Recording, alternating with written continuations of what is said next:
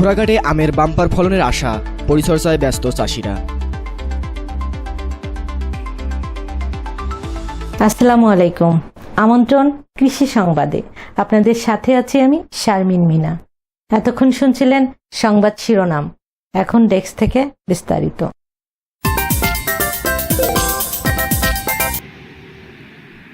উত্তরের শান্ত জনপদ দিনাজপুরের ঘোড়াঘাটে আম বাগানে এখন উৎসবের আমেজ। সবুজ পাতার ফাঁকে উকি দিচ্ছে আমের গুটি, আর মুকুলের মৌ মৌ গন্ধে মুখরিত চারপাশ। চলতি মৌসুমের বাম্পার ফলের আশায় দিন রাত গাছের পরিচর্যায় ব্যস্ত সময় পার করছেন স্থানীয় আম চাষিরা। গত বছরকার চাই এবছর আমের উন্নত ধরনের ফলন আছে আশা করা যায়। যদি বড় ধরনের ক্ষয়ক্ষতি বা বাতাস না হয়, ঝড় বৃষ্টি না হয়, আমে বিভিন্ন ফলে উৎপন্ন হবে, ইনশাল্লাহ ব্যবসায়ীরা লাভবান হবে। আর এখানে হাড়িভাঙ্গা মিশ্রি আম যথেষ্ট পাওয়া যায়, বিভিন্ন জায়গা থেকে ব্যাপারীরা এসে খরিদ করে নেওয়া যায়। অফিস সূত্রে জানা যায়, এবছর ঘোড়াঘাট উপজেলায় মোট 875 হেক্টর জমিতে আম চাষের লক্ষ্যমাত্রা নির্ধারণ করা হয়েছে। আবহাওয়া অনুকূলে থাকলে এবং বড় ধরনের কোনো প্রাকৃতিক দুর্যোগ না ঘটলে এবার রেকর্ড পরিমাণে ফলনের সম্ভাবনা রয়েছে বলে মনে করছেন সংশ্লিষ্টরা। গত বছরের তুলনায় এবার নতুন ও উন্নত জাতের আম চাষের উল্লেখযোগ্য অগ্রগতি হয়েছে। বিশেষ করে মাত্র 5 বছর বয়সী চারাগাছেও প্রচুর পরিমাণে আম ধরেছে, যা স্থানীয়দের মাঝে আশার সঞ্চার করেছে। এবার আম মোটামুটি ভালো আসছে, স্প্রে করা হয়েছে, এই কারণে ভিটামিন দেওয়া হয়েছে। এই জন্য আমের ফলন মোটামুটি যদি পাথরশীল না হয় তাহলে মোটামুটি ভালো হবে। উপলি আছে, মিশ্রি আছে, গোপালভোগ আছে, তারপরে মনে করেন যে অনেক জাতের আম আছে, হাড়িভাঙ্গা আছে, অনেক জাতের আম। কৃষি বিভাগের উদ্ভাবিত উন্নত ফলনশীল জাতগুলো স্বাদে মিষ্টি ও সুস্বাদু হওয়ায় বাজারে এর চাহিদাও ব্যাপকভাবে বেড়েছে।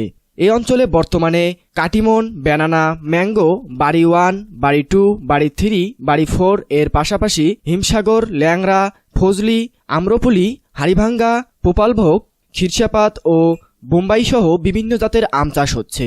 গুটি আসার পর থেকেই বাগানে চলছে নিবিড় পরিচর্যা। পোকামাকড় ও রোগবালাই দমনে কৃষকরা নিয়মিত ভিটামিন ও বালাইনাশক স্প্রে প্রয়োগ করছেন। পরামর্শ নিয়ে আমরা ট্রিটমেন্ট করছি আমের।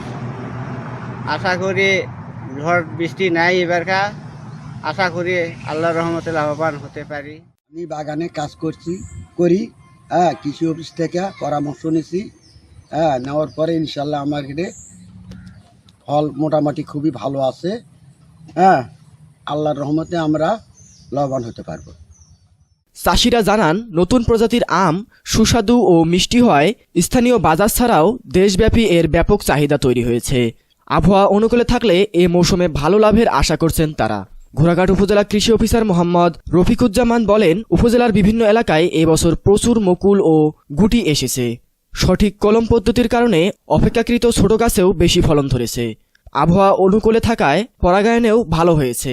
কৃষকদের নিয়মিত পরামর্শ ও কারিগরি সহায়তা প্রদান করা হচ্ছে।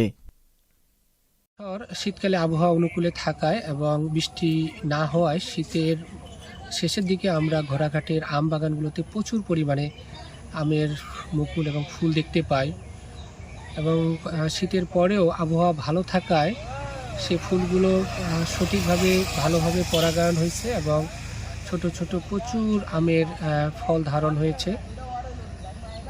মাঝখানে শীতের শেষের দিকে কিছুটা ঝড় বৃষ্টি হওয়াতে যদিও কিছু আম ঝরে গেছে, তারপরেও গাছগুলোতে এখন পর্যাপ্ত আমরা আমের ফল লক্ষ্য করতে পারছি।